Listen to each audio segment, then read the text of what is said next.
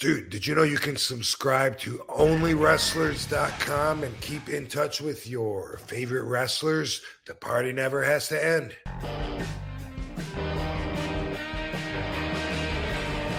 Rob Van Dam! Rob Van Dam! Rob Van Dam!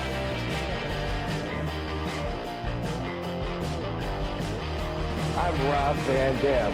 The whole show.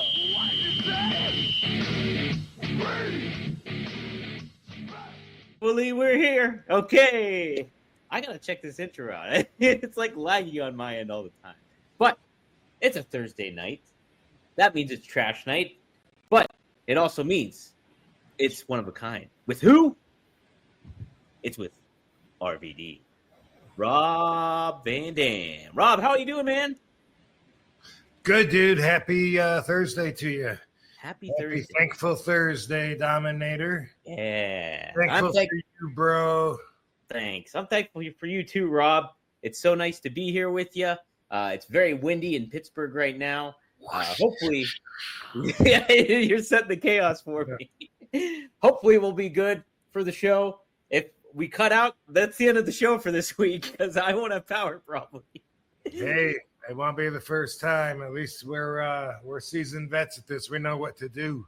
Yeah, we can figure it out one way or another for sure. But we're live. We're live here on RVDTV.com on Rob Van Dam's YouTube channel as well. So be sure to like, subscribe to both of those. And hey, we're live on RVD's X account too. So if you have questions, feel free to chime on in.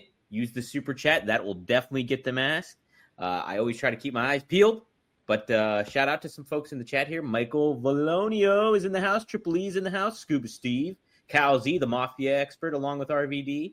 And then we got Ricky Jordan, Maddie Marijuana, our boy Maddie, Steve Soleil, and much, much more. So, guys, get your questions in. And you can do the super chats, Steve, at rvdtv.com. They're accessible. I think you can do them at Rob Van Dam's YouTube channel. And I wonder if Kyle Z is aware that there's a movie on the DeMeo crew. I mentioned it last week, but I didn't know until last week. I just stumbled across it. It was made in 2023.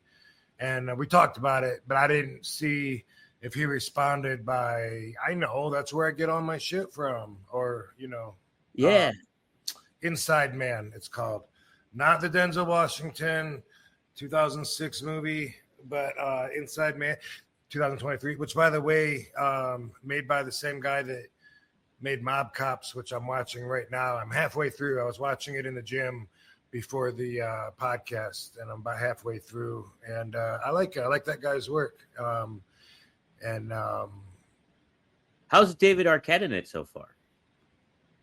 He's good. He plays Steven Caracappa. They changed the names, which always takes a little something away. Not necessarily from the story, but a little bit from the takeaway. You know what I mean? Like it's weird that people know Nicky Santoro, but they don't know Tony Spilatro, and that's the real guy, and so that's weird for me. But I know you get a lot more freedom with not using a person's real name and stuff. But yeah, no, David Arquette's good. He's dry, and Steven Caracappa was just like the serious, less loud and boisterous one, and yeah, they and he was skinny. It was a lot like Laurel and Hardy. Who? I know, right? I know that's a reference from the 70s. I don't think I know who Laurel and Hardy were, but fat guy, skinny guy. Who else is there to compare that to? That's your best comparison. I think you can even do to them. You remember Laurel and Hardy? Oh yeah, I remember Laurel and Hardy. Yeah. Mm-hmm. Talkies. That's a little after Talkies, but Talkies. Yeah, actually, Laurel Canyon is right there in Pittsburgh. And oh yeah. That was named after Laurel from Three Stooges. Did you? No, I had no idea. I don't know if that's true. That'd be neat though. That'd be neat. It might be. You would blow my mind if that was the case. It might be. Anyway, Mob Cops. I'm halfway through, and I'm enjoying it because I know the story, and they seemed so far it looks like they changed the order around a little bit because they made it look like the Mob Cops whacked Eddie Leno on their first assignment with the mob, and then, but I don't know. Maybe I misunderstood. Maybe they're gonna come full circle back to it. But anyway, nobody knows what I'm talking about if you don't know the story, so I don't want to get too much into it. But check it out, Kyle. Watch, especially Inside Man, because you're into the DeMeo crew and all those crazy bloodthirsty characters. Very intriguing, very interesting. Kyle asks, compelling, if you will. Compelling. He says, "Is this the one about the Westies?" Nope. Thank you for the recommendation. And then Triple E also adds to what you were saying last week, Rob, that Alto Kings is really good. Nero played Frankie, but also Vito, right? Makeup did a good job to keep the look separate.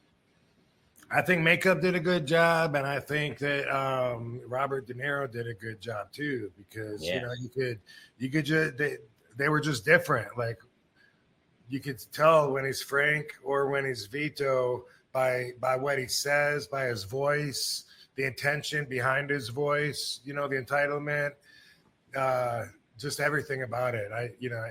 Just like I said before, Tom Hardy did that in Legend, which is one of my favorite movies. Mm-hmm. Legend or Legends? I think it's Legend. He plays brothers, right? He plays twin brothers, Legends. Yeah, the Cray twins. They're mobsters from England. Yeah. And same thing there. So, yeah. Did I ask you if you saw Mobland yet? Yeah, I think we talked about it. I just watched one episode so far, and I plan on eventually getting back to it. You know, it was enjoyable, but I find it like way over the top. Yeah. Okay. Yeah. I remember you talking about it a little bit now. Yeah. Because Maddie asks, "What about Mr. Ed?" I remember Mr. Ed, the famous Mr. Ed. Yeah. And they put peanut butter in his mouth so it looked like he would talk. Gee, Wilbur. Yeah, that's what it was. Yeah, I was real little when I saw that on TV. I think it was even for kids that were older than me. Yeah, right. I remember it being on like Nickelodeon. I think it was after like Nick Jr. when I was like 7. Mr. Ed and Dennis the Menace were on there. Reruns, right? Reruns, the old reruns and stuff. Yeah, those were holy smokes. Guys, yes, if you have questions, get them in here on the chat. We started off here with Frankie Terizo with the super chat. Thanks for the 2 buccarinos. He says, "What are some of your favorite shoot kicks, Rob?" We talked about how to hide your jab. I was thinking about that yesterday when I was boxing too, hiding jab and all that stuff. So, do you have any favorite shoot kicks, Rob? I think, I like the spinning back kick a lot. But I think maybe my favorite, if I had to pick a favorite, would be a step behind side kick, and that's not one that's not one that you normally hide, but it's one for like power if you can get it in, and you know, like when you step one foot behind the other one when you're facing one way, it the way that it spins your hip forward and brings your ass and your quadricep and hamstrings into play. It sets you up so that when you kick, it's a very powerful kick. I remember when we were kids watching the movie. Let me see. I don't want anyone to. I don't want to spoil it. Best of the Best. Do you know that movie? No. Who's in that? See, I grew up on all these fight movies. Anyway, it was a Taekwondo tournament, big, action-packed movie. And I remember even like before I was trained, watching that and mimicking the power that the guy had. It was the Asian heel / baby face in the movie, but I can't remember where he kicked, if it was a pad in training or what, but even though it was acting, I was like, whoa, that was so, he sent that guy flying, and I had to mimic it and learn how he moved his body to get it. And the reason a spinning back kick is a lot like a step behind side kick is because, like, as soon as I spin 180 degrees, I'm in the same position as if I was doing a step behind side. So that one, I don't know if I can explain with just words. If it makes sense, then it should make sense. You just pivot your feet, and when you look over your shoulder, now you've twisted your body in such a way that your foot is behind your other foot anyway, and it's basically from that point, boom, a side kick. But the way you throw your body into the step, the way that you have all the momentum, and then you have your leg, and the leg is like the most powerful muscle in your whole body. So you have that to separate you from the target that you've just launched your body into. And then you got your leg to go bam and straighten out and kick. I always like that kick because it's so powerful. It's not something that you can just block, like when I watch wrestling, when someone does a super kick, it's not the exact same thing, as a step behind side kick, but it's a variation of it. And because of that, I hate it when someone will do like a super kick and then the person like puts their hand up and just blocks it or catches their foot, because you couldn't do that with a really powerful kick coming, So that one always strikes me as like, oh, yeah, man, let me give this guy a step behind side kick and see him catch it. Because I used to have the people like have the pads and like lean into it and everything, bigger guys than me when I was really working on power. And I'd be hard as I could, boom, and send them back, flying off their base. And then it's, wow, that could do so much damage in a real fight, but in a real fight or a kickboxing match, it would always end up more like a super kick because you want to get it in there and you don't want to telegraph it. And so you can't go as powerful. You got to make up for some of that with speed, body movement, snap. And so it's more for like, I guess when you can get it in, just like a big roundhouse punch, hey, if you can get it in, sure, that's going to be your hardest one. If you can do a running start, hey, if you can get it in. It's like a crow hop, like when you're throwing or trying to give it a punch. Yeah. But it's funny when you watch and someone will duck it and the person falls on their face because that was their whole plan, was like, I'm going to knock his head off his shoulders. And then they fall and the person's like, excuse me, what just happened there? Okay, so this is a non-athlete question. So you obviously were born with strong legs. You never really had to do leg workouts, stuff like that. Mom says I got him from her. Yeah. Oh, really? Mrs. Zat. Well, that's so how much of an adjustment was that to kind of like get that kicking strength? Because I can't kick for shit. So it's like hard for me to kind of think about that, where it's even hard for me to throw like a good punch, I think. And that's even taking a lot of time too, to kind of be mindful of that. But how difficult was it? I think that's all in the training though. You know what I mean? Like you say that, but if you had like a boxing coach that was going over and showing you what to do and stuff, you'd pick it right up probably. Right? Yeah. Mm-hmm. So did it come naturally to you, I guess, is kind of what I'm saying? Like putting leg strength in and getting those kicks out, or did that take a while to kind of get your body attuned to that? No, I think the strength was there.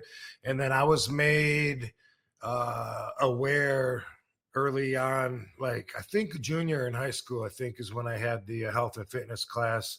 And that's when I was learning about the importance of flexibility and learning that if I wanted to put muscle on and put size on, I was going to lose flexibility unless I kept stretching and working on that while I was working on the other, on putting mass on. And so I always had that in mind, and then had good training. Like I said, I used to imitate what I saw on TV a lot. So I already had like a lot of the movements down, at least to an extent, even if they weren't perfect, just like with wrestling, a couple brothers that grow up wrestling in the front yard, they have a huge advantage. They're way ahead over somebody that shows up at a wrestling school like, okay, headlock, what's that now? You know what I mean? Like, yeah. So I was already running up the trees and doing backflips and all that stuff, and I wasn't trained on that. But so then when I started training with actually kickboxing, which was all about the power, you know what I mean?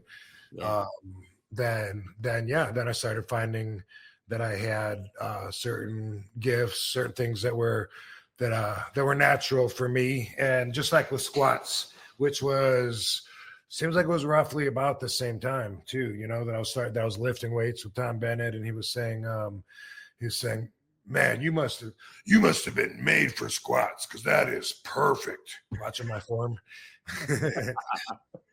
Tom Bennett, he was the big guy the big guy that you were friends with, right? Yeah. Yeah. The guy that said, "See you." Noticed that. Yeah. Guy that introduced us to the Sheik. He was a big power lifter. Still is. Still lifting as a senior, and he's in his 60s, or probably late 60s now, actually. Wow. Is he 70? He's up there anyway. And big 315-pound monster. And I remember the first time doing squats with him at the Y Center, and him telling me where to put my feet and where to hold the bar and all this, and him just saying, wow, that's perfect. You must be made for squats. So then I was like, oh, okay, cool. Let me throw some more weight on then, and started. Yeah. How about that? Jeez, that's nuts. Hey, what's up, man? Yes, springtime is here. And guess what? You want to smell great. You don't want to be that wrestling fan that smells bad. And hey, no offense, but there's a lot of them. And you always got to dot your I's and cross your T's when that comes to that. Smelling good. But there's no better way to smell good and smell better. Smell like you want to smell with Mando. I love Mando. They've been a great sponsor of ours for quite a while now, and it's always good to have them on board. I'm a huge Mount Fuji advocate, and I always feel great. The spray is awesome. The bar of soap is tremendous. I love the bar of soap. And the deodorant stick itself, it's great. You cannot beat it, and they have so many options that you can combine and get in with your starter pack too. So let's get to it. Mando is such a great product, and I just love the aspects of it all when it comes to what my everyday life. If I'm in a pinch and everything like that, I just use that deodorant spray anywhere, and then you smell dang good. Doesn't even matter. So there's whole body deodorant, and it was created by a doctor who saw firsthand how normal BO was misdiagnosed and mistreated. All products are baking soda free and paraben free as well. So you can choose from a variety of scents like bourbon leather, which is really good. That's a good choice. Clover Woods. Not familiar with that one, but I am very familiar with Mount Fuji, which is my number one. Or you can get Pro Sport too if you're super duper active and you like to make sure you're smelling good at the gym too. I always do that too. Mount Fuji covers those bases as well. So without further ado, Mando's starter pack is perfect for new customers. It comes with a solid stick deodorant, cream tube deodorant, 2 free products of your choice, like the mini body wash and the deodorant wipes, and free shipping. As a special offer for our listeners, new customers get $5 off starter pack with our exclusive code. That equates to over 40% off your starter pack. Use code RVD at shopmando.com. SHOPMANDO.com. Love saying that. Please support our show and tell them that we sent you. Smell fresher, stay drier, and boost your confidence from head to toe with Mando. So I was kind of fascinated. You mentioned it last week. We were talking about throwing the punches and then you learning from Blackjack Lanza. And then you made mention how the Sheik just taught you strictly fundamental wrestling aspect, foundational wrestling stuff. So he wasn't the type that would do the brawling, punching kind of thing. Cause I would think that would be something that he would be doing. Right. Or am I mistaken on that? Well, so here's the thing.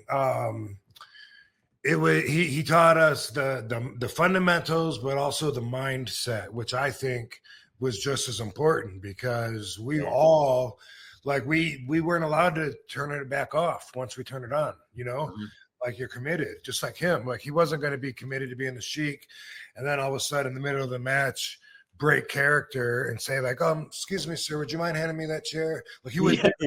Yeah. And that's what he taught us, and that's what I see other people completely disconnected from, because they can turn it off, to let the guy know, okay, I'm here ready to catch you, whenever you're ready. And it's I would have got stabbed if I would have stopped working to just start staring at my guy, or whatever. It was so it wasn't about that. And if you think about punches and stuff, if we ever punched each other brawling style while we were working out, we would just have to really lay it in and really hit each other.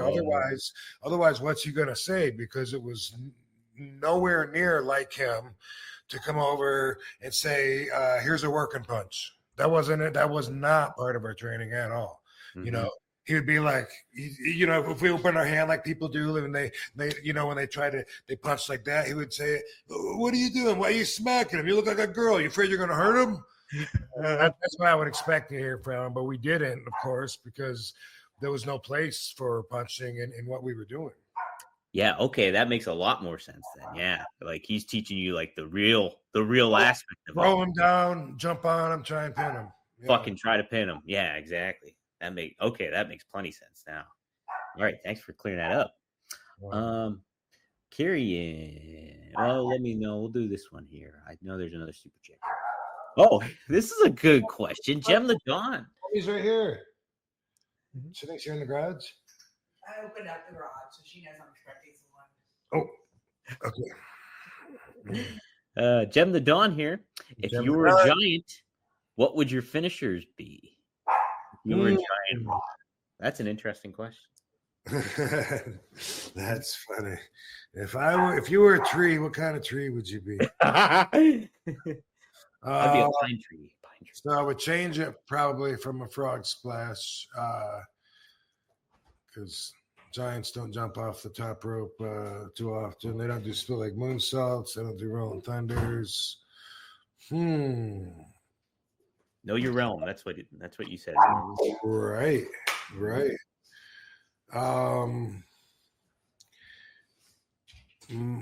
My finish would be I'll take the Mike Awesome power bomb off the top rope. Oh, that's a good one. The Awesome bomb was indeed awesome. It was very good. I'll try to put a spin on it and make it my own, though. Yeah. I am going to Photoshop your face onto Andre the Giant for this YouTube clip. Bear hug. Yes. Oh, see, I like the bear hug. That's underrated, too, for a giant move. Yeah. It doesn't get utilized as much. Spark him if you got him. I'm ready. Yeah. Light him up, folks. Light him up. All right. Here's an interesting question, too. Scuba Steve. RVD, ever go to the Friendly Tap in Rhode Island, Timmy White's place? No, I never did. Oh, okay. What was your interaction like with Timmy White? Speaking of Andre the Giant, he was there, his right-hand man kind of thing. Right, yeah. I got along with Timmy really well. I really liked him. Timmy White was in charge every day of getting the talent, picking from the talent and getting people to go with him to meet people, real people outside of the dressing room. Contest winners like with the radio, and also like Make-A-Wish, things like that. So yeah, Tim White would come in, and I would always volunteer. I was always like, get me out of here, Seriously, I was in the dressing room, like, yeah, let me leave this, boom, happily pick me right here. And so much that after a while, he would say, well, let me try and give someone else a chance, Robert. Let me get someone else. We've been using you a lot lately, and no, I'll go. It's fine. Yeah, a lot of the other people didn't like doing it. Like they thought that it was a pain in the ass, something extra they had to do to pull them outside of their bubble, and that, for me, I always liked that. I would, on my own, a lot of times I would leave and just go to the parking lot in the back of the arena and go up to the fence just to sign autographs, take pictures, because I needed a break from that bubble. Yeah. It was not as easy for me being in that bubble of a men's dressing room. You know what I mean? It's just a bunch of guys farting and laughing at each other and talking shit about their wives. Yeah. Well, okay, so I know you weren't thinking like this, but from a standpoint of going out there, interacting with the fans, like from whether it's contest winners or going out in the parking lot, like you were saying, do you think that's a good thing for big stars to do? Or is that counterproductive for business because you're kind of not exposing yourself, but kind of like making yourself more available, so to speak. Does that make sense? I could see it as either. Yeah. Could see it as either in the same way, just being genuine is also like that could hurt me in the long run. Having my own values and not being a good puppet or soldier for the cause, not being someone that other people can fill up with their agenda and values and throw out there to represent them. Like anything that I do in the long run, I love that people remember me for that. And they'll say, dude, you're the realest, man. Always remember you were the only guy that would come out, and meet, sign for it. Stuff for me, that's worth it. If it was more important for me to do everything possible to try to focus on getting ahead, star ascension, then I would, maybe reprioritize. Yeah. That makes a lot of sense. Yeah, because it'd be tougher, I think, for like somebody like the Undertaker who was in gimmick all the time to like. Right, and I don't think he should. I don't think he should go back there. He's the main event. You know what? Part of it was too, like in the dressing room with all those egos and stuff. I could just be just another wrestler. I don't even know how much the other guys respect me. Maybe I'm just competition. Maybe they don't even look up to me. Maybe it's Undertaker and Hunter and I don't know who else here getting dressed. Maybe they look down at me and think that I'm a curtain jerker or mid-card or whatever. I go out there to the parking lot, get a little test of feedback from the real world, and out there they can make me feel like I'm the greatest. RVD, they love me. Guess what? I get to feel like a big star, even if the program is not consistent with that. That's a good point too, because like you're in that political scheme of like, hey, you don't have control of necessarily where you're at on the card sometimes and what kind of match you're in, and then you fucking get out there and you hear like the crowd, hey, all right, no, that validates, and like not in like, I'm doing what I'm doing, man, and the crowd wants to see me, so that's good. It's like a good refresher kind of thing. Yeah. I mean, it's a little extra validation and it's from a source that means something different and means maybe even more than getting it from the other guys in the dressing room that are, absolutely ego heads. Yeah, absolutely, definitely. Everybody's in their own bubble kind of thing too when you're just in the dressing room. You're in that wrestling ecoscape. Yeah. Here's another question from Ricky Jordan. Thanks for the $5, Ricky. How cool did it feel to come out to your WWE intro when the pyro went off? And were there any accidents? Hey, DB. I could be eating my drugs. Did you hear that? No. Hey. I don't remember any accidents. I remember like one time that was close, like I jumped up in the corner and did one of these things in the second rope. And as soon as I jumped off, Kane's pyro went off out of the corner. Uh-huh. And that was a big deal because everyone was like, "Oh my God, you look." We were like, "Get down from there," and everybody panicked but me because I didn't know it was coming. Yeah. But besides that, I wasn't a fan of the pyro. Hey, DB. Hi, Robbie. I wasn't a big fan of the pyro. And I get it now. It's part of the presentation. And if you're a fan thinking like, wow, that'd be so cool to be a wrestler, then you probably imagine coming out with a bunch of bright lights and stuff like that. As I mentioned, part of Sheik's training was not traditional. And in another way that it wasn't, I didn't get taught to do TV wrestling. Yeah. I was taught to wrestle, and throughout my whole career, like I never, I would have to think about camera angles sometimes. It wasn't just like second nature. Like people that get trained, like they as soon as they learn to lock up, they're like, okay, now which way is the camera? That's not at all how I was trained. Years and years of experience before I got on or got used to the TVs and started, adapting that. So even with the pyro, if you remember when I did the speech in the ECW One Night Stand, the first one, 2005, one of the things I said, and I was pointing out JBL and all the guys sitting up there in SmackDown, the SmackDown guys, and I was saying is my first shoot promo that anyone in WWE had heard, speaking from my heart, and I said, we don't need you motherfuckers up there. We don't need all the bright lights and fucking, we don't need any of that shit. Just give us one night to be ourselves. Do you remember that? Yeah. That's what I meant by that, was like the pyro, the bright lights. And now, I mean, holy shit, like it looks like the entrances cost $1 million, Right. I saw a couple that were incredible. One of them was the Barbie house. Holy fuck. Oh, yeah. Yeah. But then there was a couple other ones like that. That wasn't part of my training. It wasn't part of something I wanted. That wasn't something that I yearned for, was to have a really cool entrance that made me look cool. I just wanted to fucking go out there and wrestle. And I always felt like my pyro was lame.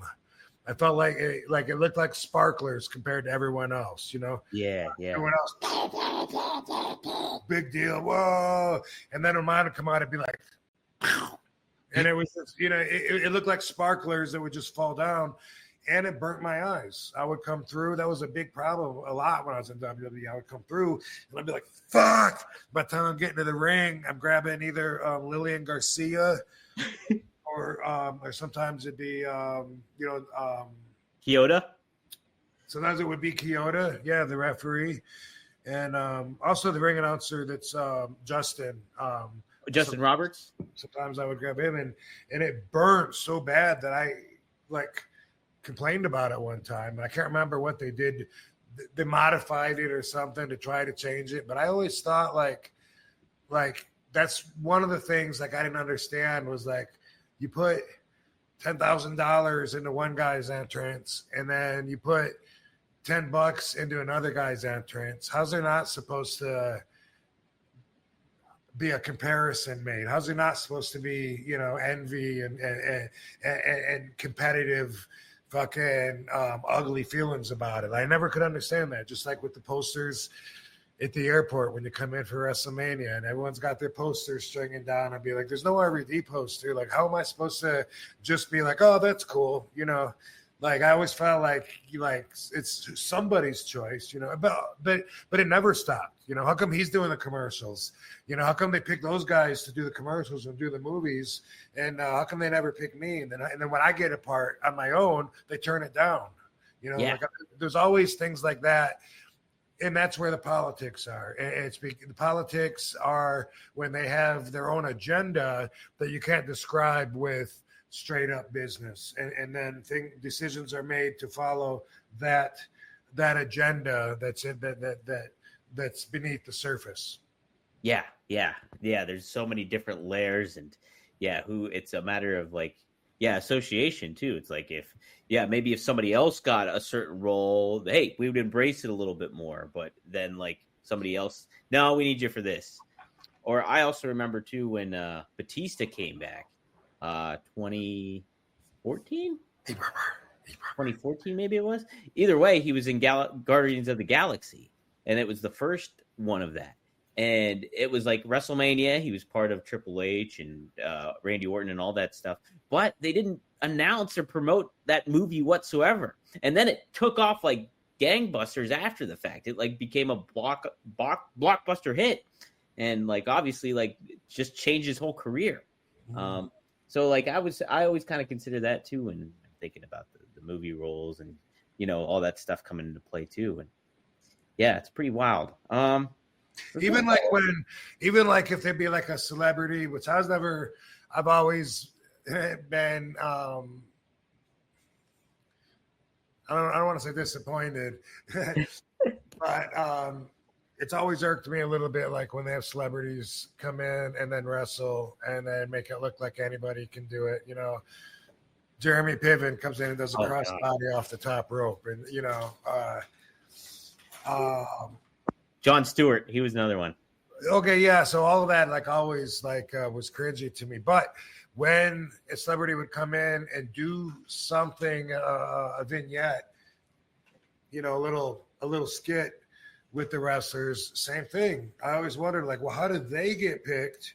You know, and people would even be like, "Wait, Snoop Dogg's here, and they didn't do anything with Rob. They're missing the boat." It's like, how do they decide? You know, no, we want Snoop Dogg to do something with Cena or whatever it is. You know what I mean? And it's all.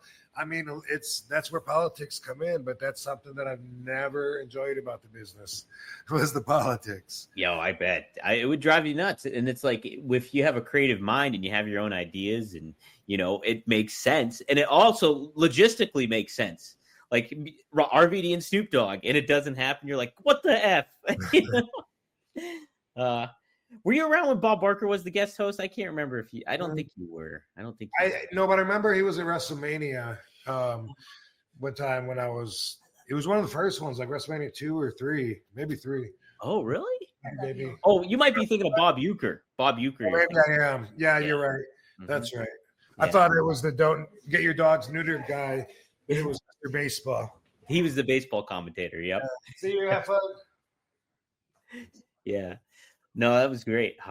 Some of that stuff. Yeah, I'm with you though. Like when the celebrities get involved, sometimes it can make sense, but other times, no. And I get the fans love it, you know. Oh my God, Jelly Roll did this or that, but I'm like, you know, the way I got taught, if I was gonna kick Jelly Roll, I would kick him the same way I would kick Bubba Dudley. You know what I mean? Not any less. So he thinks, oh, that's it. I should be a wrestler. This is easy. Not that at all, because that's not the truth. No. Speaking of, they have so Pat McAfee actually cut a really intense promo on Raw, and like they're setting him up for Gunther at Backlash, because Gunther choked him out on the previous week after he tried to save Michael Cole. Now somebody like Pat McAfee's an athlete. He was a punter in the NFL and all that stuff. Is that something a little bit more digestible, do you think?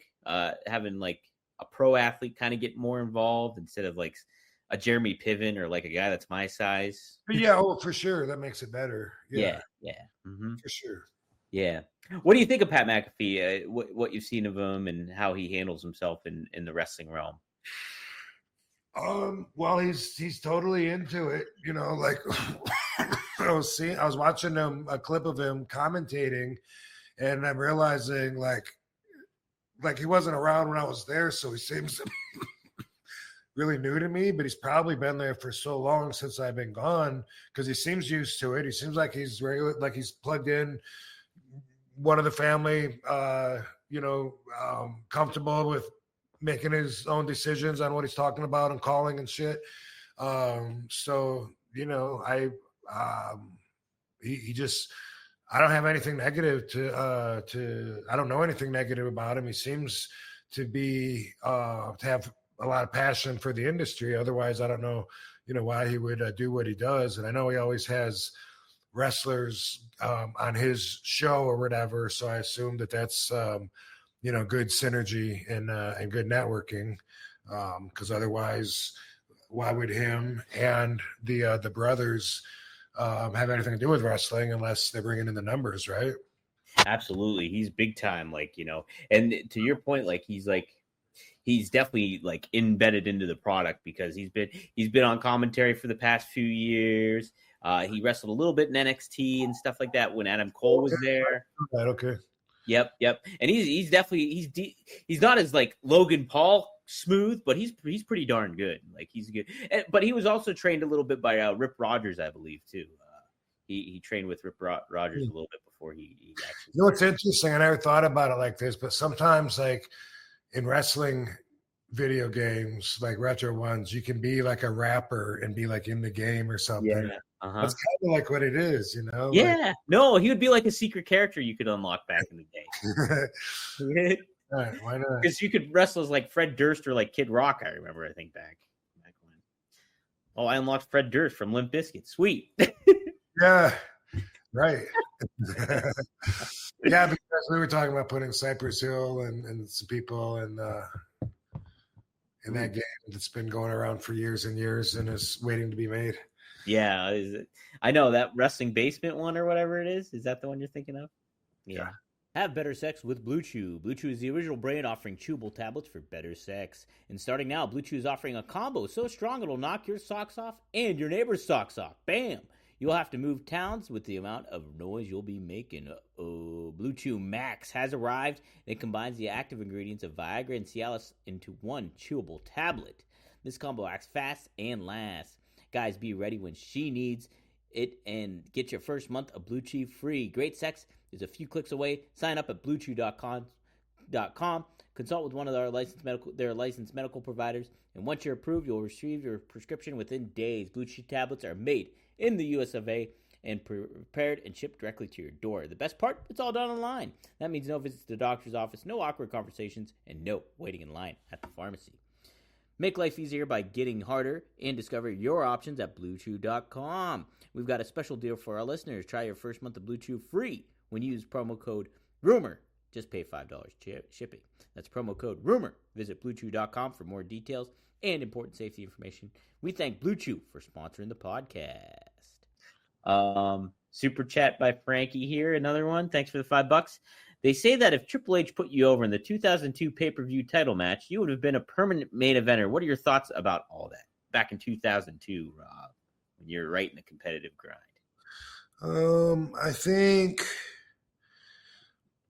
back then I didn't have the right relationship with the office. Mm-hmm. And I think that's an important factor too. Like, you can't be the champion and be an outsider and you know, not behind the curtain.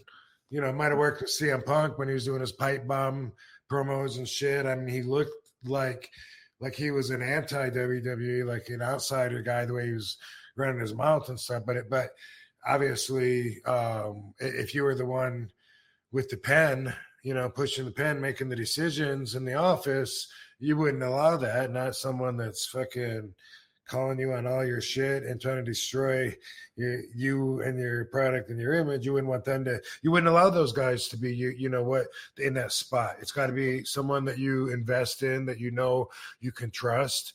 I really wasn't that guy. You know, even though the fans loved me, and, you know, I can't say whether it would have worked or not from a lot of perspectives, but from the perspective of the office, I think having control of me and having a solid enough relationship with me to trust me, I don't think I had that. Yeah. Well, you talk about it too, like how, you know, just you going there and Austin saying like, oh, they're going to strap a rocket on your back and all that kind of thing. And then Patterson saying what he said to you too in the bathroom or whatever. And like, you're like, what?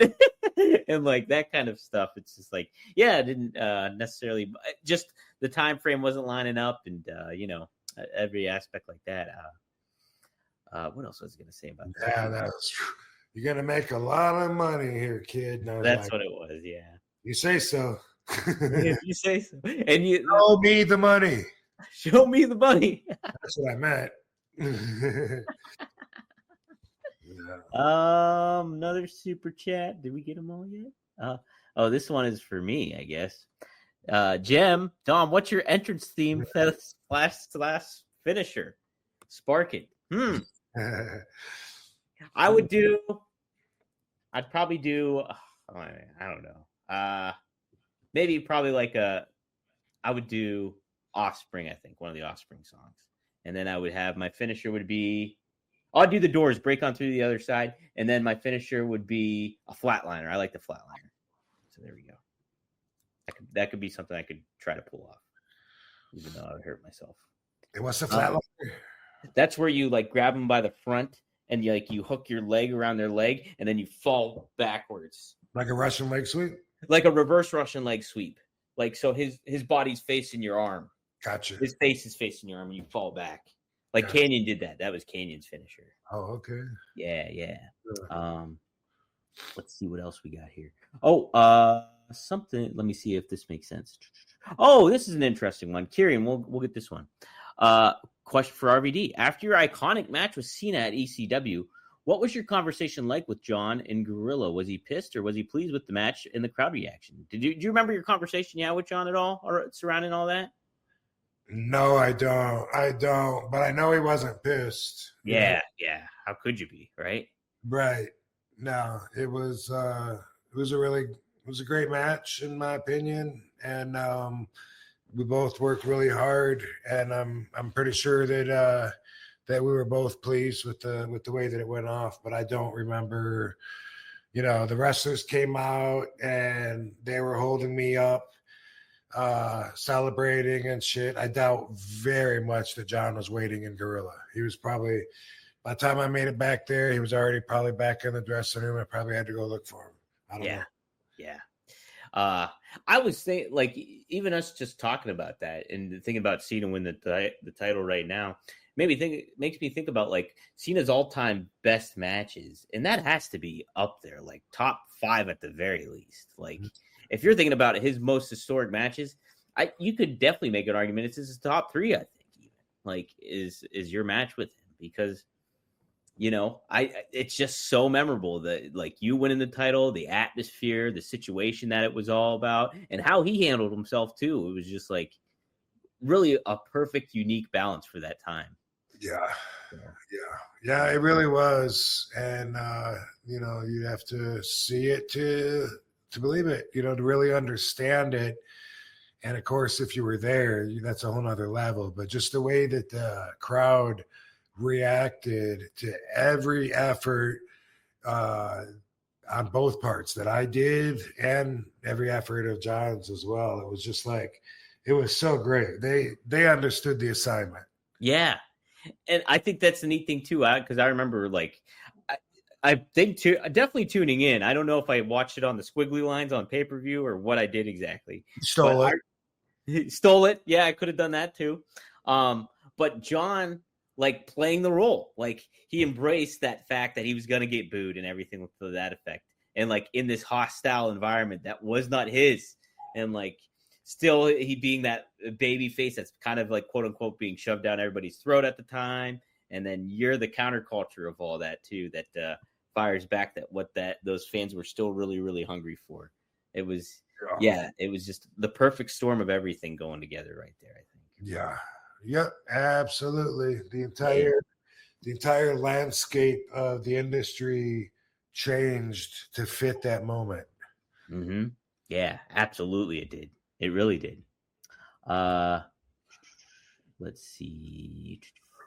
I got a question here that says, Al McLean wants to ask if I remember wrestling in Glasgow. Yeah.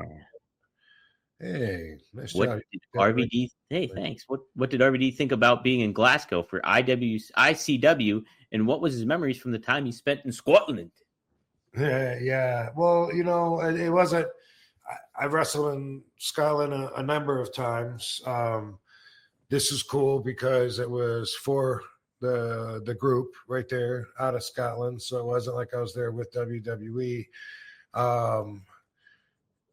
I feel like maybe I was in a 3-way match, and a little confusing, but of course what stands out in my mind the most was the wrestler named Lionheart, which a lot of Americans think of Chris Jericho because Lionheart was his nickname, but there's a wrestler in Scotland named himself Lionheart. I would argue to say maybe he was their top guy. He was the guy that at least part of the ICW was his vision. I mean, he was on top. He's office. He's making it go. He's booking foreigners, and I'm sure he had partners. And so I can't say exactly how they divided up responsibilities and this and that, but he was, he was like the top guy, and he really loved the business. And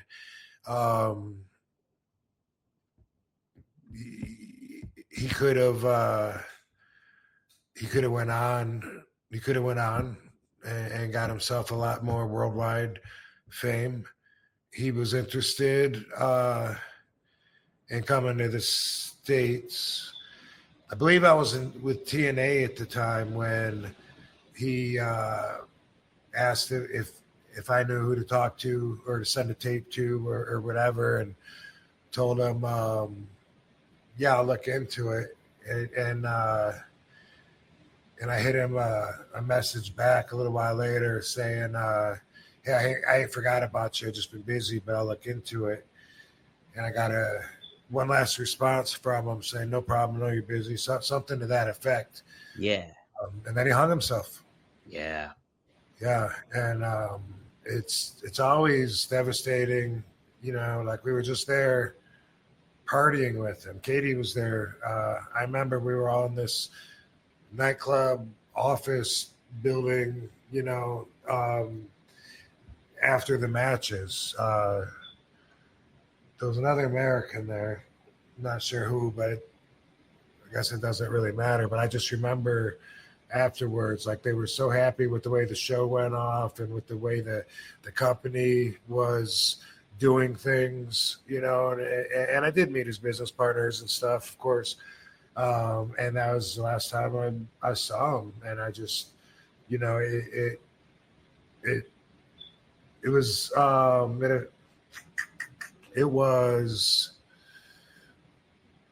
it was something, it affected me.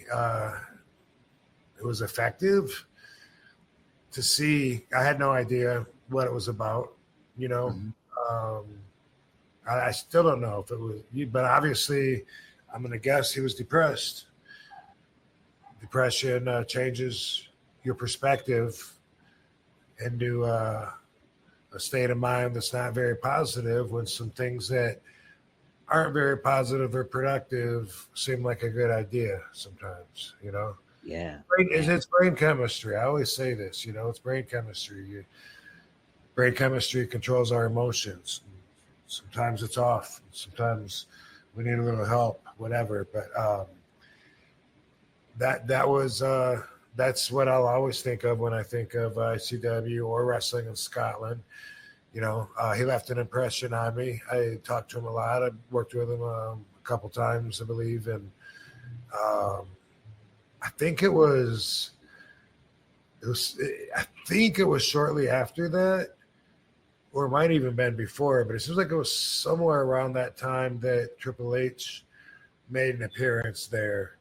And that was when that was like unheard of. Like, wait, WWE acknowledging an indie promotion, that he was there with ICW in Scotland saying, hey, we're networking and making some of these groups our affiliates, which now, of course, with AAA and with TNA and with everything that they're doing, it's more apparent now than it was then. But that was the first I'd heard of it. Wow. Yeah. Yeah, I remember hearing that sad news about him passing. I was not familiar with him at the time, but he had a great look about him, and unfortunately, he was only 36 when he took his own life. But what a good looking dude, and like definitely sounded like he had his head on his shoulders when it came to the wrestling business and everything to that effect. But yeah. I guess there's a documentary out about him too. Trying to think. Afterlife, it was called, I think. No, he quoted the TV series. Somebody said there's a documentary about him, so I'll have to try. I haven't seen that. I would like to find that. Gem the Dawn. I watched a good documentary on him. If you can find that, Gem, let us know in the chat here. That'd be great. Yeah, I didn't know about that. Yeah, how about that? There's one about Nigel McInnes. I mean, Oh, you've seen that documentary, right? no, I haven't seen that one. No. Okay, that was pretty good. That was a long time ago. It seems like, but I remember Nigel when such big news about him. Early in ROH and stuff with Bryan Danielson and stuff, and then I remember him going to TNA and them changing his name to like Desmond Wolfe for that time being and everything. Yeah, and I worked with him then when he was Desmond. Yeah. How'd you like working with Nigel? Oh, fine. He was a nice guy. I liked it. In the documentary, I believe I don't know if it's a blood disease. He catches something I can't remember what the antagonist is in his story, but I'm pretty sure he was told he wouldn't wrestle again. Some kind of illness, and that's the heat of the story. But he came back and I believe wrestled afterwards. Yeah, he wrestled at All In last year. I think he wrestled Bryan Danielson. Yep, came back and wrestled in London, and did a pretty darn good job too. August 2024 is when he wrestled last. So, I'm not sure what it was. Seems like it was a blood disease that maybe he got a job, and then maybe he was one of those guys who got a job to go up to the dub, but then lost his contract because of something that showed up. Oh.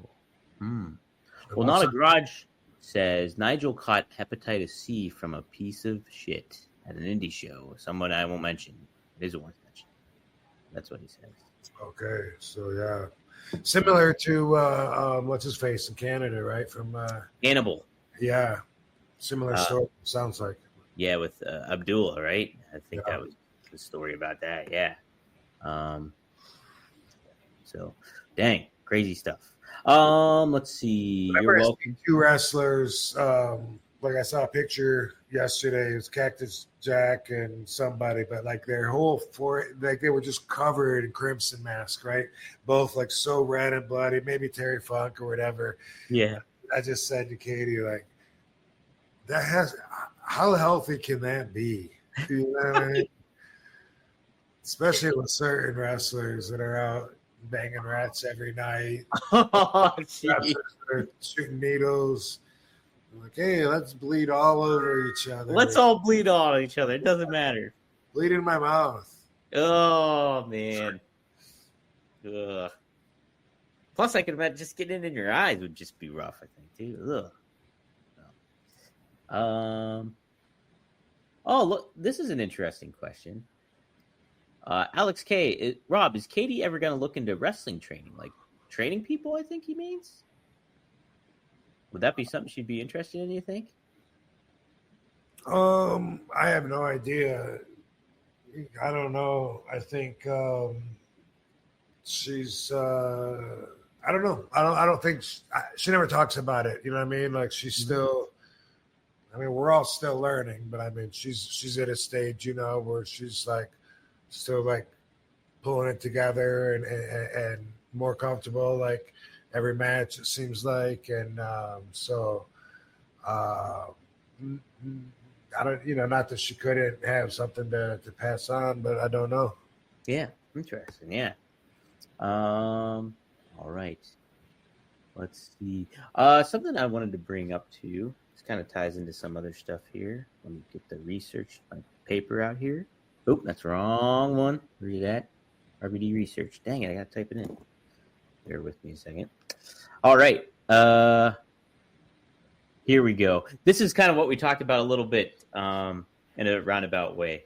So I don't know if you heard about this, but apparently Logan Paul offered Stone Cold $1 million to dress as the Prime Bottle at WrestleMania 41. And Austin turned down the offer. He said if he said that, I guess Logan Paul mentioned this on his podcast. So Austin said, if he said that, I'm not going to call him a liar. I just kind of thought it was personal business. Since it's out there, yeah, I turned it down. I'm in the beer business. I don't know anything about his product.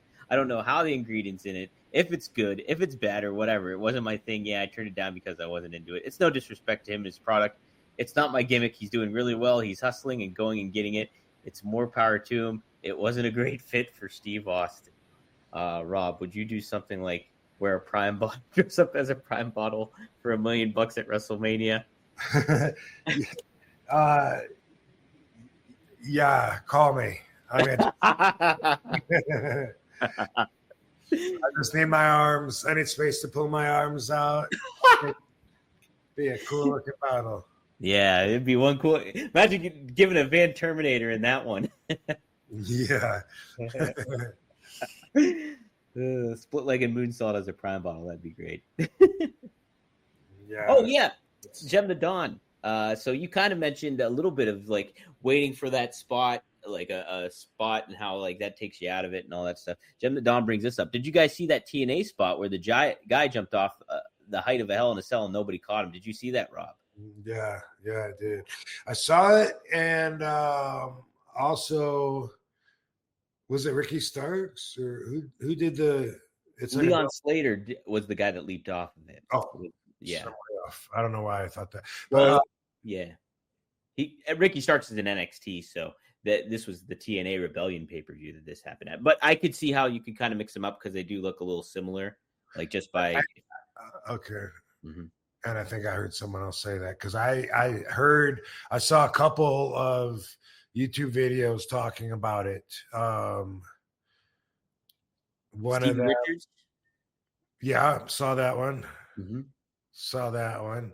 In which to that, I think that's the one where the resolution or the takeaway from that was that he should never trust anybody again, you know? Oh, yeah. Right? Yeah. Isn't that what Stevie said? I think, well, I know Ricky Morton tweeted about it too. Right. That's right. Thank you. They read Ricky's tweet on when I was seeing James and Stevie talk about it. Mm-hmm. It was Ricky that was saying, the trust might be gone in the business forever or whatever. To that, what I got to say is they call it a high-risk move for a reason. Yeah. Can I criticize the guys that caught him all day long? I hate it when they stop what they're doing and just start staring. Yeah, it's awful. Why can't they choke each other? Something. Dude, yeah, that's a good point, dude. Yeah. Something. I hate that. It's totally, it just tells me that they're not in the mindset, the commitment, like if I do that, I feel like I have like a drunk cell where I got wobbly legs. I'm like rubber and I'm like, boom, but anyway, I hate that. And then, yes, they showed it over and over. You can see everybody splitting up, trying not to get hit by it and shit like that. And yeah, you can criticize them. I can criticize them as well. But I'm used to going through my whole career being the one guy, and there's not the only guy, but a lot of times I'm the only guy on the card that's the doing these moves. That's why I'm one of a kind, and it was considered high risk. You know what I mean? So I always felt like when I dived down to the floor, I always feel like that's my risk. You know what I mean? And we've talked about some of the guys that were horrible catchers. I mentioned Lance Storm by name. I never took it personally, and I don't know if he intentionally was like, I'm not going to catch Rob, but me and Fonzie would talk, and we'd be like, okay, watch him. Like when we know it's coming, we'd be like, watch this. And I remember one time in New Orleans, and boom, I would jump over the rope without touching it. That was, my move, and do the helo, but wham, right on my back, like barely brushed his shoulder. And I knew it was going to happen because that was consistent with him. Like Stevie said, Disco Inferno was. And I felt like, no, you know what? I'm doing this move anyway. And in my mind, I was taking the risk. And so I felt like I wasn't going to give anyone the satisfaction of letting them know that I got hurt, even if I did. That's some of the competitiveness that people don't understand is in the game, But anyway, it was called a high risk, and the risk wasn't on everybody else. I didn't want to hurt them with me doing my dives, but if they weren't comfortable with catching me, I'd want them to say so beforehand, not pretend they were comfortable until they got out there and then fucking leave me hanging. But yeah, the way I see it, it's crazy how everybody does everybody's moves now. And they're taught that in school. They're taught in school to do all the moves that nobody was doing when I broke in. Mm-hmm. Yeah. If I watch kids training right now in a ring in school, they haven't even had a match yet. they're doing moves that nobody was doing back in 1989. Nobody. Right, jumping over the rope with one leap, landing on the apron, jumping back to the other side, back and forth a few times, up to the top, standing up, straight up on the top rope, maybe squatting on there, fucking everyone's doing moonsaults, hurricane ranas, whatever.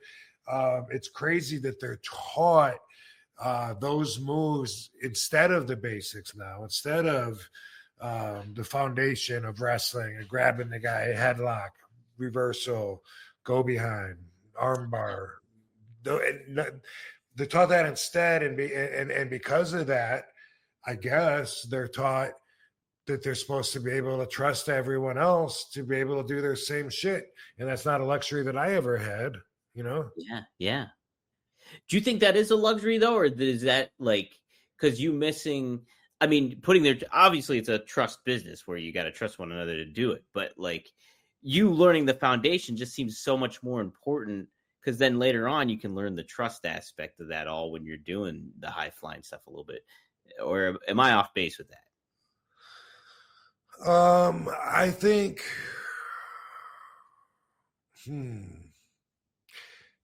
Because if you're just basing it off of moves and like orchestration almost, where it's like, okay, this is what I'm doing, this is what you're doing, we're flipping, I'm doing this, like that way. But hey, we don't line up. But if you have the foundation of like, I'm gonna lock in a headlock, and this is what we're doing for a little bit, and then you kind of recalibrate. I don't know. That just seems more beneficial, right? Instead of because it always comes back to the wrestling. Yeah. Mm-hmm. And you can only get away from it for too long, and you got to get right back to it. At least that's the way that I was trained. But I also feel like because the dives and jumps outside, because that was so rare back then, there was some guys that I know they were great catchers. Mm-hmm. Other guys, not such great catchers. And some of the guys that weren't great catchers, they weren't taught how to catch. It's not something they're comfortable with. They're not that good at it. It's not personal. It's not like they're trying to not work with somebody. It's something they're not that good at because not everybody was trained to do a springboard hurricane rana on day 2 back in the day. And because of that, I feel like you carry more responsibility to be able to do a lot more shit, lucha libre style wrestling, catching and diving than you ever did before. Because before, like say 1992, if I would have gotten in the ring with someone I didn't know and said, "Hey, I want to do this and this and this and this and this," it would be very appropriate if it was like, say a veteran, Manny Fernandez or something like that. It would be someone that's already knows what they're doing. It'd be very appropriate for someone like that to be like, yeah, you can save all that crazy shit and do it with the next guy. We're going in there to wrestle. Yeah. And that would have been, like that's the world that it was back then. Right. Mm-hmm. So it makes you more like diverse, right? It just they forget that it's a match as soon as someone grabs your hand and goes up to the top rope. Yeah. The guy down on the bottom forgets he's doing anything already. Yeah. He just starts spotting him. Mm-hmm. Doesn't try to pull his arm away, untie the guy's shoes, try and grab his leg, try and push him off the rope. Nothing. They just go, "Oh, okay, no one's gonna notice that I'm just spotting you while you dance off the rope." That is the stuff that wouldn't have fit in what the Sheik trained me to do. No way. Yeah, the Sheik would have none of that. Yeah.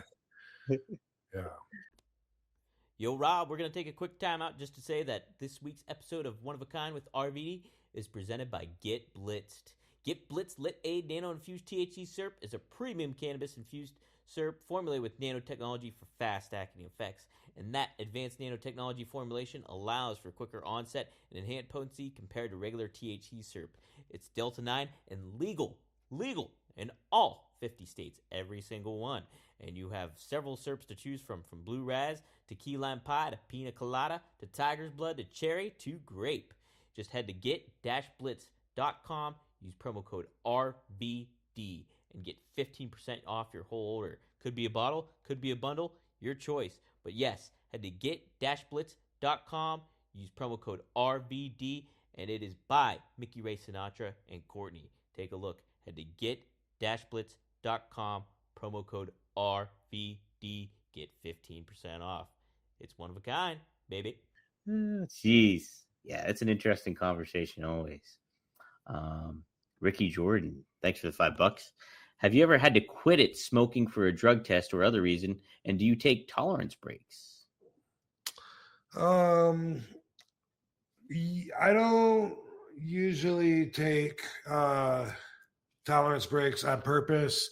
I usually feel like the universe just has enough in store with my schedule, to where like, okay, tomorrow I'm going to fly all day. I'll smoke my last doobie on the way to the airport. I might not smoke till the next day or whatever. Because of things like that. And because like it used to be that if I smoked weed continuously for so long, after a while, it seemed like the weed would get boring and be doing nothing for me. But I realized usually if I change the weed up, that doesn't happen anymore. And so that's like a problem from years ago, more of a rookie mistake kind of thing. And once in a while, I will get sick of the weed. Like before I'm halfway through with the bag, I'll just get to where I'm like, man, I can't wait to be done with this bag. It's like I'm used to it. It's not that good or that strong, and it'll be a subpar bag. But then switching it up keeps that from happening in my adult life. But I never smoked as a kid, but I'm just saying in my more educated life. And what was the other part? So I did use time. I did use the convenience to my benefit when I went to WWE for my return in 2013. It was $1,000 fine at that time if you got busted for smoking marijuana. Mm-hmm. And I was there. I signed a 3-month contract, 66 matches in a course of 90 days, 3 months. Mm-hmm. And I decided on my own, you know what? Yeah, I'll take a break from smoking because I hadn't taken a break in a long time. It seemed like a good idea. So I stopped a month before starting with WWE. And then when I gave my first piss test, I did fail it still a month later because that's how dirty my system was. But then I did the 90 days without smoking and just thought, why not? And then I left, and then I came back the next year, and I did a 5-month deal, 88 matches in 5 months. And this time, I was like, I could quit again or whatever. And I was like, nah, you know what? I'll just smoke my way through it and pay the fines. And so I just chose to do that. Yeah. How often would you get fined typically, like on a run like that? 2 or 3 times. 2 or 3 times. All right. So when you failed it the first time in 2013, did they fine you because of that? No, they tried. It was Carano. Mark Carano came out and said, dude, you failed the piss test. What the fuck? You're supposed to come in clean. And I said, no, I know. That was just that's because I smoked a month before, and it takes 35 days to get out of your system. And I said, so that was just I ain't been smoking since I've been here. I said that was just showed up from what I did before. And it was like, oh yeah, you're right. There we go. Yeah. All right, interesting. So I didn't know that's how long it took to get out of your system. I didn't know. 35 days if you're a heavy smoker. Oh, okay. Yeah, if you just smoke a little bit here and there, you're not looking at, that many days at all if it even shows up in your system. Yeah. It all depends on that, how saturated you are. Yeah, man. And I was really surprised that I failed the test because, like the whole day before, I was just guzzling this drink, and I was pissing so much, like nonstop pissing. Yeah. This was so clear, and the idea is that you want to give a piss test that hasn't been sitting in your bladder long enough to collect anything. You know. Oh. And I thought for sure I had that. I had to piss so bad that I remember just driving from my hotel to the doctor.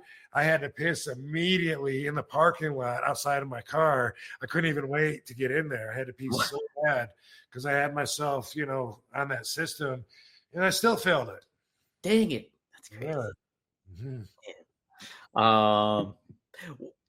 How difficult was that for you to just take that 3 months off? Was that when you do that, when you like stop smoking for like, whether that's unintentional or not, is it tough for you to do, or is it not? Are you pretty easy with it? Easy as fuck. Yeah. Super easy. Because I know too, like my family, I don't smoke cigarettes, but sometimes like my brothers will, and they could just stop. Like, they can with cigarettes? Yeah, they can do that with cigarettes too. They could just. That's awesome. Yeah. Like they say some people have an addictive gene and some don't. Mm-hmm. Yeah. I definitely don't think I have. I don't.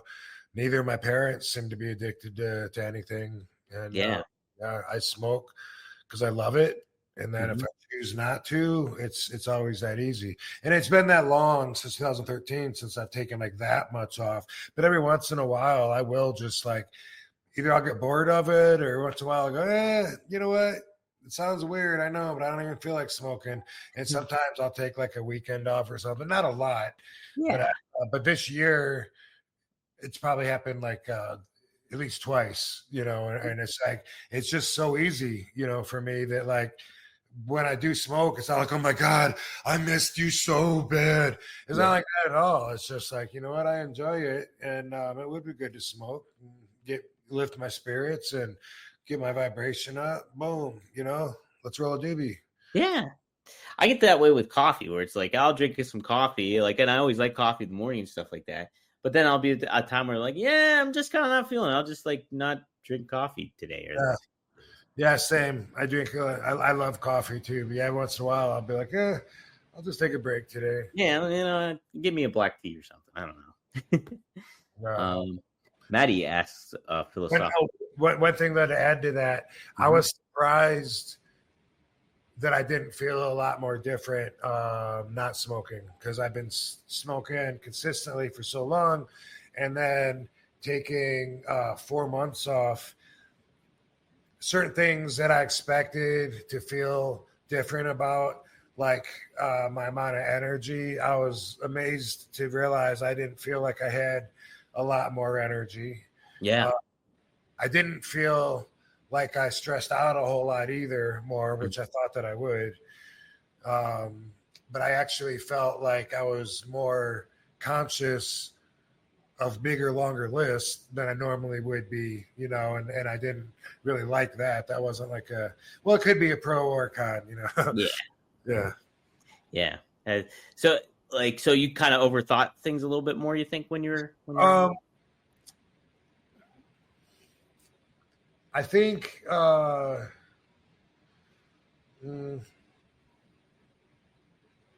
think what it is that I could handle having more on my brain than sometimes if I don't have as much capacity in my brain for something. You know what I mean?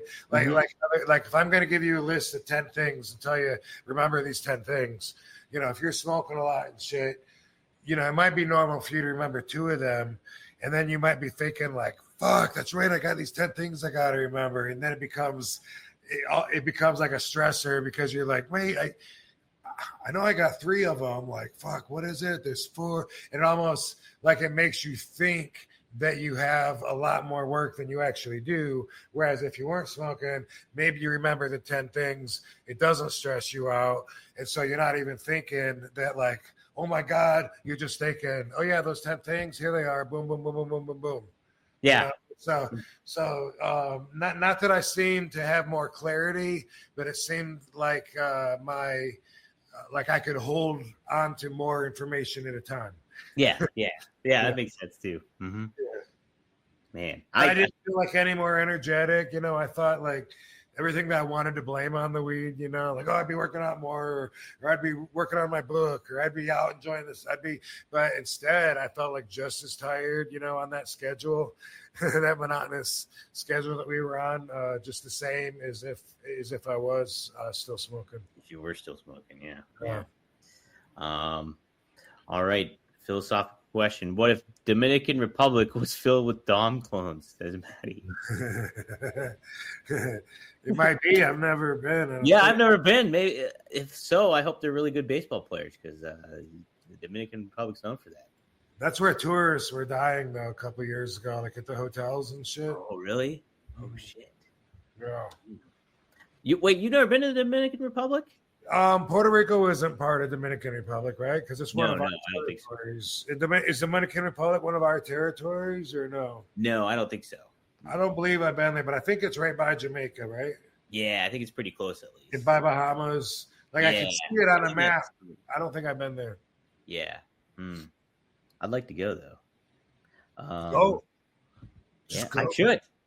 You I wonder should. if they give me a free pass because my name's Dominic. Yeah. Is that how that works? Beanie.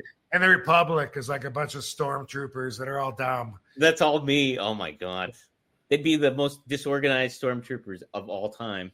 Actually, the Republic was the X-Wing fighters, the good guys, right? Yeah, they were the good guys. That's right. The Empire Yeah. versus the Republic, I think. Yeah, the Empire versus So it would be all a bunch of Dom solos, if you know what I mean. Yeah. BB Dom C. Wait. Dom CPO. Dom too. Never mind. RB Dom. Not worth it. Oh man. That'll be an interesting Photoshop to do. B Needler. Is being 32 years with a lingering adductor injury out of shape, but I dance salsa too late to start wrestling school for fun? A lingering adductor injury out of shape, but I dance salsa. Is it too late for him to start wrestling school with some of those issues there, Rob? No, there's no rule. There's no rule against that as long as you realize you go on that the odds might be against you over somebody younger that doesn't have a sprained groin or whatever you got there. But man, those things can last for years too. But yeah, I mean, you know, if you're hurt, that's gonna make it harder if you're in your 30s instead of 20. I don't know necessarily that's because physically, I think you can be in better shape at 30 than 20. 20-year-olds a lot of times are still like built like kids. You're still growing until you're 26 anyway. Yeah. So I would say, you know, just the fact. I think that like where the age would work against you is just learning something new at 32. You know, over like. I don't know, for me, like right out of high school, I started wrestling. So I was learning to be an adult while I was traveling with these crazy people. So, so that really affected who I would become. But also it was easier than like if I already started like another career, was 10 years in, you know, to being a cop. And then all of a sudden I switch, you know, and but unless it's an athlete or whatever. The answer is no. If you think you can do it, if you believe in you, I believe in you. Yeah. But you've got to be realistic with yourself. That's all. And, you know, I would never do it just for fun. I don't think. I mean, because it's something that, man, there's such a serious side to it that I don't think I would want to do a career of it just for fun. Maybe local, maybe like a local thing, and maybe getting into like some local shows and maybe even promoting local shows if it's all just fun. But man, can you imagine like getting in the ring with, man, times are changing now, because I'm thinking like getting your ass kicked by like Bob Holly or Chris Benoit, you know, like someone that like respect the business so much that they wanted to smack that smirk off your face, and you're like, but it's fun. I'm having a great time. And it is getting to be more like that, more work-friendly environment, safe for all ages. It is becoming more and more like that, but that is still such a big part of it. I don't see that going away, at least not for generations. Yeah. No, it's there's still that aspect of like, hey, you just think you can come in here and do it kind of thing. There is that Yeah, aspect. you might not think it's real fun when someone's shitting in your bag. Yeah, that's definitely not riding Space Mountain on that one. No. My brother Marcus, he started when he was 37 and he's been doing it. So he's liking it. And if you just have a little, I would just be sure to make sure your injury's all right. But if you're dancing salsa and you're only 32, just get yourself in the right mindset, I guess, for it. But 32 is pretty young. 32 is pretty darn young. Absolutely. So give it a spinneroonie, if you will, B. Needler. Let's see here. Okay, brain traumatizer. Been smoking weed every day for 20 years and was an RVD mark before that. LOL. He's right about the strains. Going to the shop, choosing different stuff definitely helps. So There's a lot you don't know when you're just a first level smoker. You know what I mean? I remember when I was smoking shitty weed. It was the kind that would poke holes in your plastic bag. It was like sticks. It was like brown, half stems, quarter seeds, and then a quarter of quote unquote bud. Hey, why do they say quote unquote before the word? Shouldn't it be quote bud unquote? Yeah, that's what I would think, right? Who came up with that rule? I don't know. Some fucked up. Yeah, some definitely wasn't Mark Twain, right? Last week you were asking, or maybe it was the week before, but you asked me about is there a mafia story that I would like to see made into a movie? Yeah. And I very passionately said yes. The story out here in Las Vegas about Crazy Horse 2. Yes. Well, often as I do, I replay some of my conversation in my head later on. It repeats itself and I find mistakes. And I just want to say, because I said, if anyone wants to see this episode on unsolved murders, I said that it was called Death in a Hotel Room, but it's actually, and then I thought about afterwards and I'm like, well, it was a Motel 6, so it's got to be motel, not hotel. So it's Death in a Motel Room. No, Death in a Las Vegas Motel. I don't know if Room is on there or not. It could be Death in a Las Vegas Motel, or it could be Death in a Las Vegas Motel Room. I think Room's on there. But anyway, that's from the Unsolved Murders, and it's the story of Buffalo Jim and his ongoing dispute with the Crazy Horse 2 strip club owner, Rick Rizzolo, out here. And man, I've been stuck on this wormhole for a couple of days, trying to learn as much information as I can about that whole situation. And I learned, some stuff that I didn't know. Like one of them, so there's a guy named Tony Albanese, and Tony Albanese is also called Tony Paradise.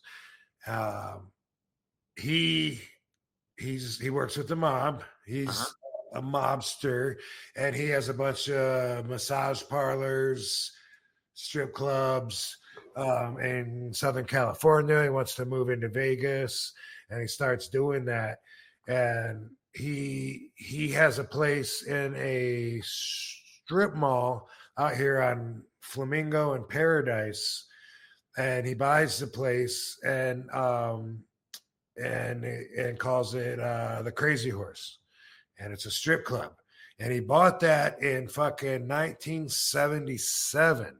So that's right in the fucking middle of like the casino movie time period when Tony Splatter's out here. Tony comes out like 71, he dies in 86. So this story starts right in the middle of that. In 77, he opens the Crazy Horse Saloon out on Flamingo and Paradise.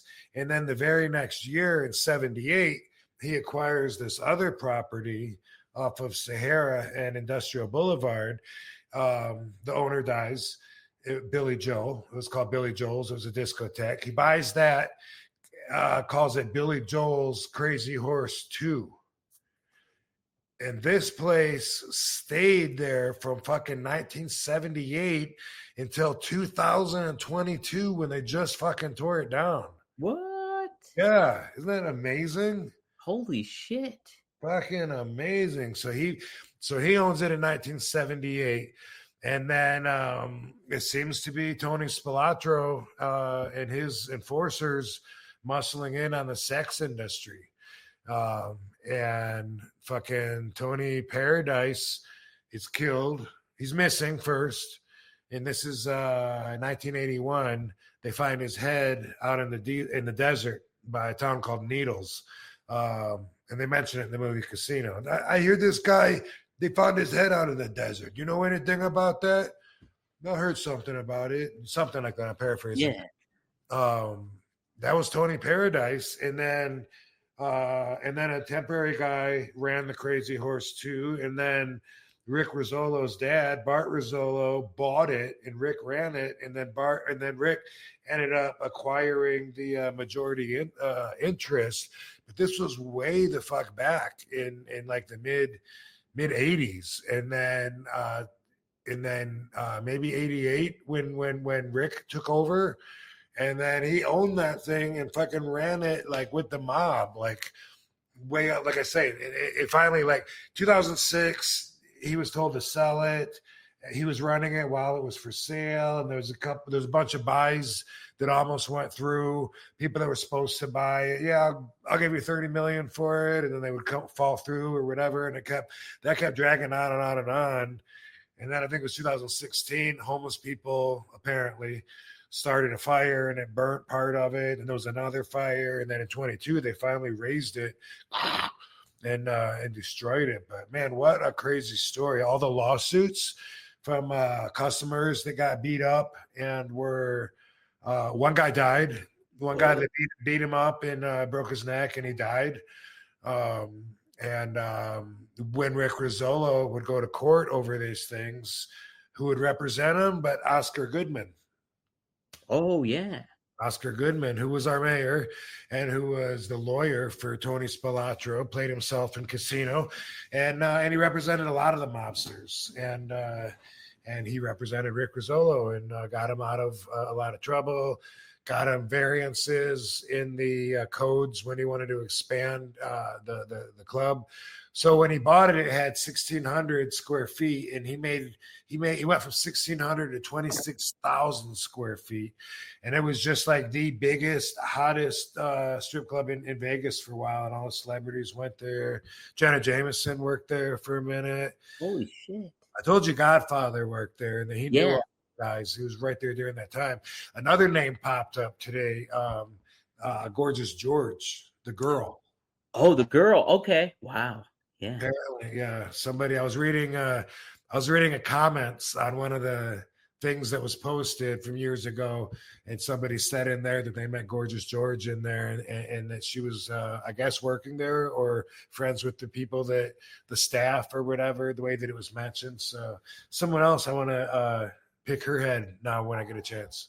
Yeah, that'd be really interesting. Yeah.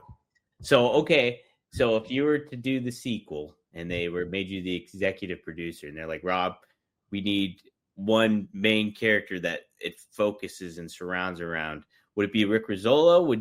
Who would you make that the focal point of the second movie sequel? It might be, I mean, it's hard to say anything other than fucking Jim Barrier's Buffalo Jim, the wrestler who had an ongoing feud with Rick Rizzolo for years and years because he had his auto body shop attached to the building, and Rick Rizzolo wanted to kick him out so he could expand. And so he was an informant. He would take pictures of all the crimes, people doing drugs or fucking in the limos or beating people up in the parking lot or whatever. He was always reporting that. He said one time Rick Rizzolo shot a dog in the parking lot, killed it for no reason, just to be an asshole. And, he reported that. He was always reporting Rick to the FBI. and Rick, and he would get threats, phone calls, from alleged mobsters saying that they were going to kill him and this and that. And then he ended up dead that one day, which was mysteriously, I guess, like one day after Rick Rizzolo got out of jail. And that's the focus of the Unsolved Murder that you can watch that show. That's the focus of that. And that would, not only would that make it easier to make into a movie, but it seems like the right thing to do to tell because you can't go with Rick Rizzolo and be I don't know. I mean, it'd be hard to make. I don't know. I guess you could do whatever you want and tell any side. It's just hard to consider him being a babyface. It's hard to consider even being likable or put in a mood or in the light where he would carry the story as a protagonist. You know what I mean? It seemed like Buffalo Jim would be the guy to go with, and he could or do one of those things where you tell like 3 different stories at the same time. That would be cool. Yeah, that'd be pretty neat too. Yeah, that'd be neat. I mean, be all for this movie. 3 different angles. I mean, 3 different things going on that meet in the middle. You know what I mean? Yeah. Like an investigation, because it was the city, Las Vegas City Metro, that was investigating Rick Rizzolo first, and then the FBI got involved and turned it into a RICO case. And then when they got busted, there was like 80 to 100 police officers there, and they said DEA was there, the FBI, the Metro, the IRS, fucking who else was there? Environment Protection Agency. There was like so many different groups there to raid the Crazy Horse 2 and it's take all their records and furniture and everything to try to tear them down. They opened up later on that night though. Like fuck it. Yeah. That's fucking wild though. Man. Jem the Dawn says, imagine getting violently kicked out of the club by the Godfather. Right, yeah. Man, someday I gotta like really pick his brain on some, I hear some of the same vague stuff from him always, and he's always talking like, man, yeah, sometime I gotta go, okay, now's the time, Charles. Look us up. Because I'm etching guys, Yeah. Like, is he pretty fascinated by the mafia stuff too, or? Oh, he takes more of an attitude to where they were just friends and stuff, Mm-hmm. Joey Blasco wasn't a disgraced former Metro officer that got fired for giving information to the bad guys and then joined Tony Spilatro's gang and then became bartender at Crazy Horse 2 to Godfather. To him, he was just Joey B. Good guy. Yeah. Wow. How about that? Yeah. Yeah. Wow. Such crazy circumstances. Yeah. Maddie has a funny one here. Did Sabu show up when your power went out? No, he didn't. I would have needed all the help I could get though, because I couldn't see for shit. Why would Sabu show up? I don't know, because he froze the one time we had him on. Oh, okay. Yeah. I was also thinking he used to always come out to the arena with the lights out. It wasn't Maybe always. that's probably what Maddie's referring to then. Yeah. Lights go out and come on, and there he is. Sabu! Wow, this joke is lasting forever. How about that? Letting it go out. Dang. Well, here's a hot question here. You versus Triple H in real life, who wins? Asked Ricky Jordan. I'm gonna leave that one up to the fans to speculate and guess on. I like that. Yeah, that's a good answer.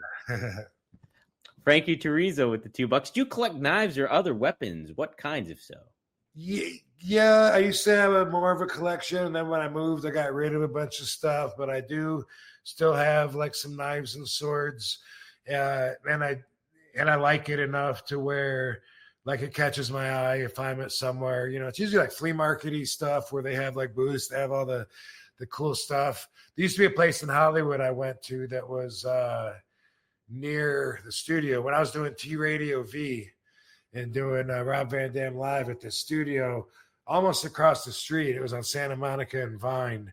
There was a place I used to go, and I'd get like every time I'd buy like a new blade and bring it home. And some of them are like hidden, like I got a little statue of like a girl sitting on a pedestal, and you grab the girl and you pull it up, and she's the handle of a blade, and you would never know.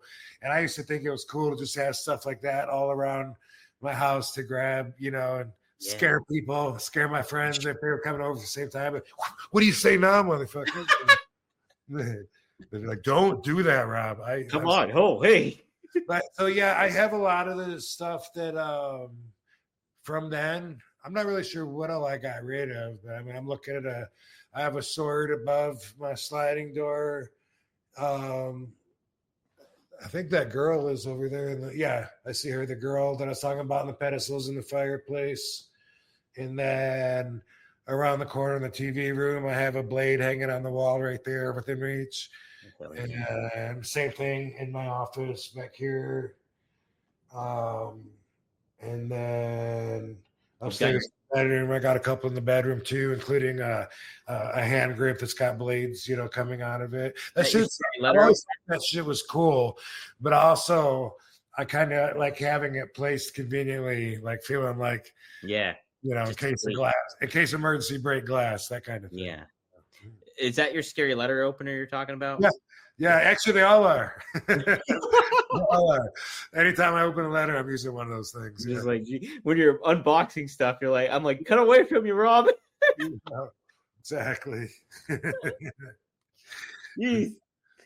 All right. That's all I really got, Rob, for today. Here's something I got. All right.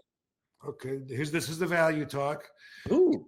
Consider it RVDology if you want, but it's not really structured with a story of how I learned about this or whatever. But I want to go out on a limb and say that one of the reasons that I think mainstream people would consider RVD extreme is because I smoke weed, right? Mm-hmm. Yeah. Okay. So likewise, another reason mainstream media or the mainstream world would think RVD's extreme, maybe a little too extreme. I use adult language, right? Mm-hmm. Yeah. Okay. Thank you. Because that's something that people are going to have to fucking get used to now. I'm always ahead of my time, with a lot of things. I knew pot was going to be legal. I mean, I came up with everybody's moves, the style today, forever ago, in a lot of ways, But one of the ways too is I've always thought that trying to prohibit adult language or censor your free speech in any way just always sounded ridiculous to me.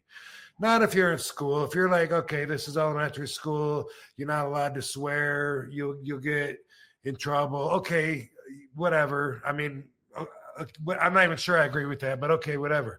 But to be taught that I don't have the right to choose, because when you think about it, fuck, truck, suck, was saying fuck any worse, and we've talked about this a lot, but for anybody that's not used to this conversation, shouldn't it be the intention that you would want to control, if anything, not the words, because the words don't even mean the same thing in the same languages, right? Mm-hmm. Yeah. So, if I say, you know what, Dom? I'm going to smack the crap out of you next time I see you. That should come across more offensively than if I say, man, Dom, I really fucking enjoy your company, bro. I hope you're doing good.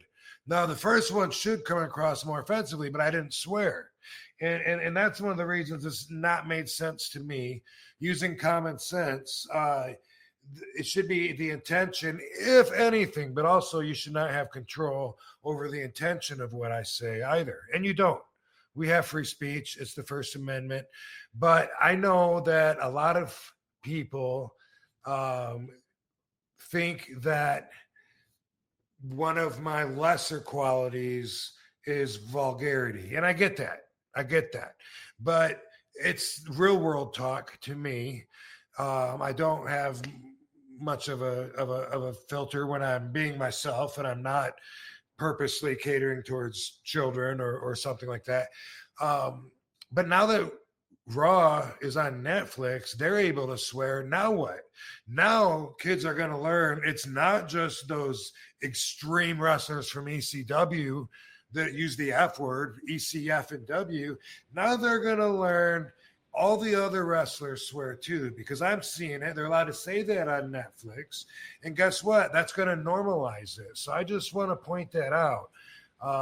Kids and people that choose to be offended by adult language, they're going to have to get used to it being normalized, because on Monday Night Raw, just like on everything else, you're hearing more and more swear words as the thought of having censored language diminishes. And that's the way that it should be. So I just wanted to point that out, make that a point, that when you're watching Netflix, the guy that you thought might be your favorite because he's so clean cut, I don't care if it's Cody Rhodes, I don't care if it's Jey Uso, whoever, you might hear them say shit or fuck or damn.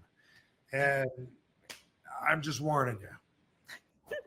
Well, I've definitely heard Cody say fuck, because he told The Rock, he's like, fuck off, Rock, or whatever it was.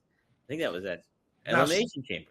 Now, is that going to crack some people? Are they going to literally like break in half because this is so against their unrealistic beliefs? Yeah. I don't know. Yeah. It's toughen up, Buttercup. That's it. Hey, Rob, you're a good fucking dude. You know that? Hey. Oh, I'm sorry. No one swore at you. Oh, man. Dang it. All right. Well, enough of this crap. Cool. Well, hey.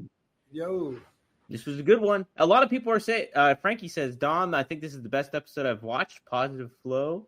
Kyle Z says, really, really good. Jem the Don says, you could say the show is 5 stars. So you did an episode here. How about that? Mission accomplished. Well, I am going to be on the road this weekend for this show in Monroe, Michigan, which is right outside of Detroit. Ooh. It's posted at robvandam.com. I don't know the name of it. It's Rhino's show. Rhino's got something to do with it. Oh. And it's a Friday and Saturday show, but I will be there Saturday only. Saturday only. So it is May 2nd through May 3rd. It is Insane Wrestling, IWR. Insane Wrestling presents. Rhino, Heath, Kurt Angle, Tom Latimer are also there May 2nd and May 3rd. Frenchtown Municipal Complex. So if you have interest, go to www.purplepass.com/IWF1. So there you go. Which Insane Wrestling, I believe, is what ICW was in Scotland too, in Glasgow. Yeah, it was. They were Insane Wrestling Insane Championship Wrestling. Championship Wrestling, yep. And this is Insane Wrestling Revolution. Little synchronicity there. Yeah, how about that? Wow. Tying it all in. Cool. And then, guys, as far as anything else goes, if you like what you're watching, be sure to hit subscribe, whether you're on RVD's YouTube channel or you're at rvdtv.com. Also, if you haven't yet, be sure to sign up for Only Wrestlers, onlywrestlers.com. Go there, set up your free account, and sign up for RVD's account for free. Sign up for Katie's account for free. And the I almost said IWC, the Only Wrestlers account for free as well. And then there's plenty of other talent on there. And if you're a talent, sign up too. Get your own account on there too. You can start creating content on there. So be sure to do that and join the new wave. Because Rob, you're going to Chicago for, and then the next one announced is it in New Orleans? Is that correct? That's right, Nolans, wow. Big Easy. Yeah, so May 29th is Chicago, July something. I'm not sure when the date is. I think sometime in July. which is hot as fuck in July in New Orleans. Now that I think about it, but yeah, man, we're growing and doing the shows is helping a lot. A lot of the wrestlers want to work, want to wrestle, and a lot of them are joining because of that. Because we're only booking the wrestlers that are on our platform. That and by the way, this is an open invite to everybody, to wrestlers. Look at onlywrestlers.com, see if it's something for you. It's a platform for you to use so you can keep in touch with your followers to the extent that you want to. A whole lot or not so much. And also it's an invite for anybody else too. Fans, check it out. And just remember, we're improving all the time. So we're always fixing bugs. If there was a problem with it letting you vote last week, check back in again, because every time we get a comment from anybody, and it helps a lot too. So let us know. Every once in a while, somebody will say, "Hey, what happened? I tried to join. It wouldn't let take my credit card or whatever." Boom, that goes straight to the techie people, so that we can say, "Fix this shit. We're trying to be big, man. Can't be fucking around like this no more." And then they fix it. Yeah. Do you use that language though, Rob? Do you use that language when you do that? Only when I'm on Netflix. Oh, okay, good. They don't. Yeah, they're Indian. I don't know if they know what that means. They might not be familiar. Mm-hmm. So sign up, guys. Onlywrestlers.com. As far as anything else goes, you can be sure to go to rvd420.com and get some Greek glass, some good glassware. I got to see that at the Nerd Bar. They do a good job at Greek glass. Here's a couple of them there. Boom, boom, boom. And there's plenty more new ones out there too. So go to rvd420.com. Check that out right now or after we're done here. And I think that's it. Oh, one more thing. If you're not familiar, One True Sport has merged. We are now called Brass Ring Media. We're part of a new thing that we're going to do writing and newsletters and live stuff on the same channels that we typically do. So go to onetruesporttv.com for now. Check it out. We're going to be making some changes there and some new content coming there too. So we appreciate everybody joining in on that. You get to tune in sometimes on RVD's Twitter X account with that. What I want to do too is make sure that we promote Only Wrestlers on all these programs too as well.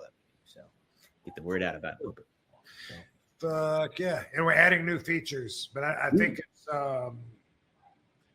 next week we'll be able to talk about it because all right. Well, we always growing, yo. It's getting bigger. Always got plans bigger than today. A lot damn bigger each week in and week out. All right. Thank you, everybody, for joining in. We had a lot longer walk plan, didn't we? It was a lot longer. It was a lot longer. You know what that is? No, what is that? Oh, I'm not sure if I got DDP's part right, but that was what Lex said when he got up to the podium. He said, I took a bump getting into the Uber. We had a much longer walk plan, didn't we? And DDP said, either said it was longer or it was a lot longer. I'm not sure what he said. I don't know why that's in my head, just because I was thinking, like, he took a bump getting into his Uber. Oh, my God. Damn. Yeah. I still got to watch it. I got to watch the Hall of Fame stuff. Okay. Yeah. Heck yeah. They had a lot longer planned. Mm-hmm. But he still stood up and took a couple of steps, and that was awesome. Sweet. That was my favorite part. That's so good. Yeah, I'm so happy for Lex. He's a really good dude, so I'm happy that he finally got the bang, bro. All right, we'll see you next time here on One of a Kind with who? Not DDP. It's with RV. Get my fucking knuckles all. Dang, Rob. Man, you've been doing some straight jabs. They ugly as fuck.